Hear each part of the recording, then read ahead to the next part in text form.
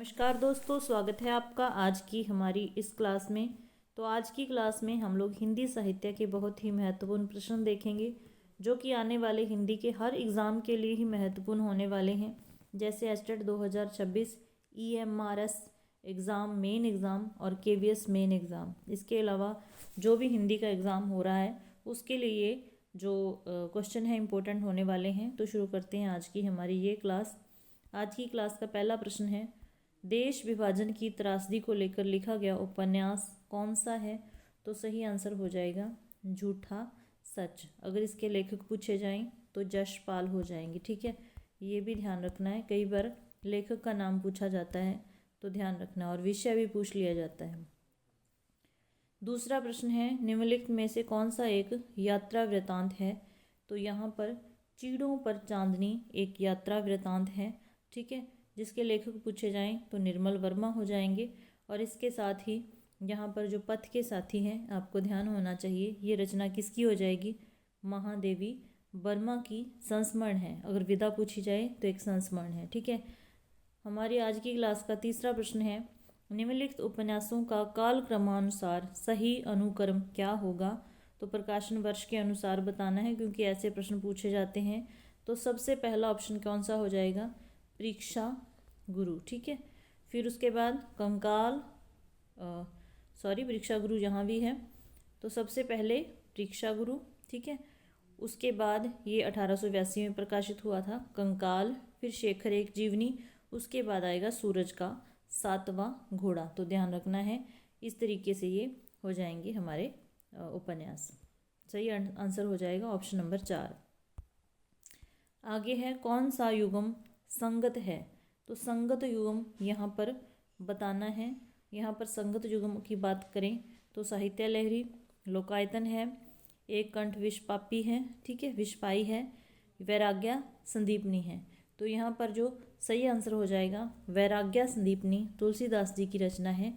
ये हमारा आज का जो फोर्थ क्वेश्चन है उसका सही आंसर हो जाएगा। नेक्स्ट है, कालक्रम की दृष्टि से निम्नलिखित नाटकों का सही अनुक्रम क्या है? नाटक हो गए, उपन्यास हो गए, कहानी होगी, तो उनका जो सही कालक्रम के अनुसार अनुक्रम पूछा जाता है। तो ध्यान रखना है, इसमें सबसे पहले क्या हो जाएगा? आषाढ़ का एक दिन, फिर लहरों के, राजहंस, फिर आधे अधूरे, फिर पैर तले जमीन। तो इस तरीके से ऑप्शन नंबर कौन सा सही हो जाएगा? ए ऑप्शन यहाँ पर सही हो जाएगा। आषाढ़ का एक दिन, लहरों के राजहंस, आधे अधूरे, पैर तले जमीन। तो इस तरीके से इस प्रश्न का जो फर्स्ट ऑप्शन है वो हमारा राइट आंसर है। नेक्स्ट हमारा प्रश्न है, आनंद कादम्बिनी पत्रिका के संपादक कौन है? तो यहाँ पर जो सही आंसर हो जाएगा चौधरी बद्री नारायण प्रेमघन। ठीक है, ऑप्शन नंबर 1 ही हमारा सही हो जाएगा। नेक्स्ट हमारा प्रश्न है, अंधा जुग, बहुत बार पूछा जाने वाला प्रश्न है, अंधा जुग किसकी रचना है? तो सही आंसर हो जाएगा धर्मवीर भारती। ठीक है, आगे है, निम्न में से कौन अष्टशाप का कवि है पूछा है। तो कौन हो जाएंगे? सूरदास जी। ठीक है, केवल इनमें से सूरदास जी हैं जो अष्टशाप के कवि हैं। नेक्स्ट हमारा प्रश्न है, हिंदी साहित्य की भूमिका के लेखक कौन हैं? तो यहाँ पर सही आंसर हो जाएगा हजारी प्रसाद द्विवेदी जी। कौन हो जाएंगे? हजारी प्रसाद द्विवेदी जी।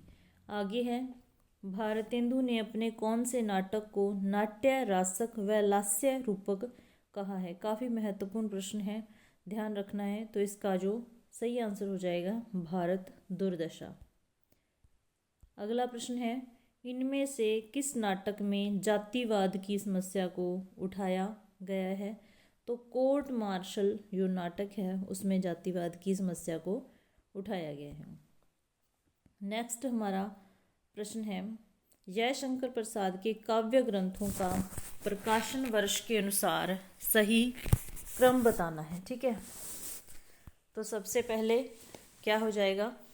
प्रकाशन वर्ष के अनुसार बताना है प्रेम, पथिक, फिर झरना, फिर आंसू, फिर लहर। तो सही ऑप्शन हो जाएगा हमारा ऑप्शन नंबर 2, प्रेम पथिक 1914, झरना 1918 और आंसू 1925, लहर 1933। ध्यान रखना है 1914, उसके बाद 1918, फिर 1925, उसके बाद 1933। तो इस तरीके से ये भी आपने अच्छे से ध्यान रखना है। आगे है प्रकाशन वर्ष के अनुसार फणीश्वर नाथ रेणु के उपन्यासों का सही अनुक्रम। ऐसे प्रश्न आजकल बहुत पूछे जाते हैं, क्योंकि इतने सारी अगर रचनाओं का सही प्रकाशन वर्ष पता चलेगा आगे पीछे का, तो सही आंसर पर फिर ही पहुंचा जा सकता है। तो अगला जो प्रश्न है हमारा, उसमें सबसे पहले है मैला आंचल, फिर परिकथा, उसके बाद है दीर्घतपा और फिर जुलूस। तो सबसे पहले जो हमारा ऑप्शन है, ऑप्शन नंबर 1 ही यहाँ पर राइट आंसर हो जाएगा। मैला आंचल, परिकथा, दीर्घतपा और जुलूस। मैला आंचल 1954, फिर 1957, परिकथा, दीर्घतपा 1963, जुलूस 1962। ठीक है। नेक्स्ट है 1 इंच मुस्कान किसका उपन्यास है? तो ये हो जाएगा राजेंद्र यादव का। किसका? राजेंद्र यादव का। नेक्स्ट हमारा प्रश्न है, डॉक्टर नगेंद्र ने सुख सागर तरंग को नायिका भेद का विश्व कोश माना है, यह किस कवि की रचना है? तो ये हो जाएगी कवि देव की रचना। ठीक है। आगे है कवि भिखारी दास का रचना काल कब से कब तक था? तो भिखारी दास का जो रचना काल है 1728 से 1750 तक रहा है। ध्यान रखना है। ठीक है। नेक्स्ट है बिहारी लाल की एकमात्र रचना बिहारी सतसई का छंद पूछा गया है, तो वो दोहा छंद में रचित है। अच्छे से ध्यान रखना है। नेक्स्ट है इनमें से कौन सा कवि रीतिबद्ध नहीं है? तो रीतिबद्ध कवि कौन सा नहीं है? बिहारी लाल रीतिबद्ध कवि नहीं है। ठीक है, ये रीतिबद्ध कवि नहीं है, तो इस चीज़ का ध्यान रखना, ये रीति सिद्ध कवि है। आगे निम्न में से कौन सा कवि रीति मुक्त की श्रेणी में नहीं आता है? तो रीति मुक्त कौन सा नहीं है? भूषण नहीं है। आलम, घनानंद, बोदा, ठाकुर, ये सारे रीति मुक्त कवि की श्रेणी में आते हैं। और भूषण, भिखारीदास, पद्माकर, रसलीन, तो ये कौन से हो जाएंगे? ये रीति सिद्ध हो जाएंगे। ठीक है।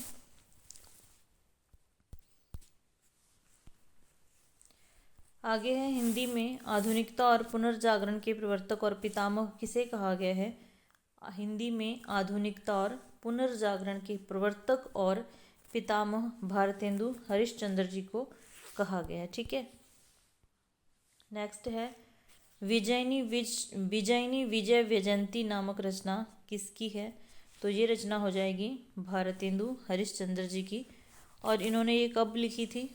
मिस्र में भारतीय सेना की विजय प्राप्ति पर ही उन्होंने लिखी थी। ठीक है। और ये रचना किसकी है? विजयनी विजय वैजयंती भारतेंदु हरिश्चंद्र जी की। खड़ी बोली के प्रथम स्वच्छंदतावादी कवि कौन माने जाते हैं? तो खड़ी बोली के जो प्रथम स्वच्छंदतावादी कवि माने जाते हैं वो श्रीधर पाठक माने जाते हैं। अगर इनकी खड़ी बोली की प्रथम कविता पूछ ली जाए तो गुणवंत हेमंत है, और पुस्तक पूछ ली जाए तो एकांतवासी योगी है। खड़ी बोली में श्रीधर पाठक की, ठीक है, पहली पुस्तक और पहली कविता ध्यान रखनी है। आगे है सुमित्रा नंदन पंत कृत युगवाणी को खड़ी बोली का प्रथम प्रगतिवादी काव्य किसने माना है? तो डॉक्टर बच्चन सिंह ने माना है, ये भी ध्यान रखना है। नेक्स्ट है फूल नहीं रंग बोलते हैं रचना के रचनाकार कौन है? तो यहाँ पर केदारनाथ अग्रवाल सही आंसर हो जाएगा। आगे है बालेंदु उपनाम से कविता कौन लिखता था? तो केदारनाथ अग्रवाल। बरवा छंद में रचित खंड काव्य भस्मांकुर के लेखक कौन है?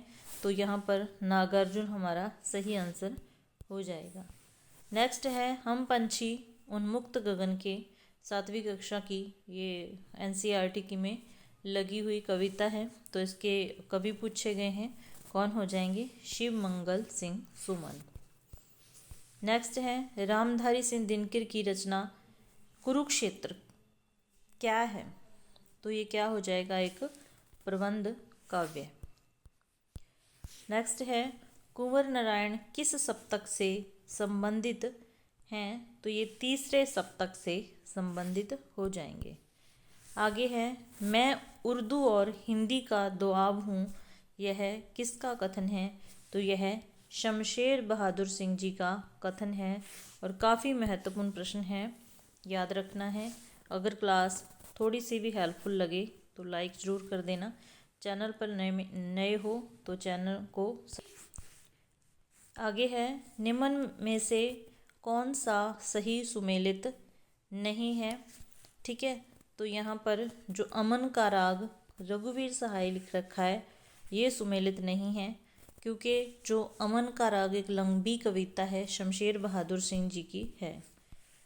नेक्स्ट है कालजयी काव्य संग्रह के रचयिता हैं। कालजयी काव्य संग्रह के रचयिता कौन हो जाएंगे? भवानी प्रसाद मिश्र जी, और ये एक खंड काव्य है, ये भी ध्यान रखना है। भोर का बावरा अहेरी पहले विषाता है आलोक की, लाल लाल कनिया पंक्ति किसकी है? तो किसकी हो जाएगी? दुष्यंत। ये नहीं, भोर का बावरा अहेरी पहले विषाता है आलोक की, लाल लाल कनिया पंक्ति किसकी है? तो इसका जो राइट आंसर हो जाएगा अगे हो जाएगा, सॉरी अगे। नेक्स्ट है प्रारंभ में परदेसी तथा अनुराग नाम से कविता कौन करता था? तो यहाँ पर जो आंसर आ जाएगा दुष्यंत कुमार। ठीक है, यहाँ पर जो सही आंसर हो जाएगा दुष्यंत कुमार। नेक्स्ट है हिंदी गज़ल सम्राट कौन कहलाता है? तो ये भी कौन कहलाते हैं? दुष्यंत कुमार। एक श्रावणी दोपहर की धूप के लेखक कौन है? बहुत ही इम्पोर्टेंट क्वेश्चन है, फणीश्वर नाथ रेणु। ठीक है, तो ये थे हमारी आज की क्लास के 36 प्रश्न अच्छे लगे तो मोटिवेशन के लिए लाइक ज़रूर कर देना। चैनल पर नए हो तो सब्सक्राइब भी कर लेना, ऐसी क्लास आपको मिलती रहेगी। मिलते हैं ऐसी ही नेक्स्ट क्लास में। अगर कोई गलती हो, मिस्टेक हो तो बेझिझक कमेंट में आप डिस्कस कर सकते हैं। ठीक है, तो मिलते हैं नेक्स्ट क्लास में। बाय।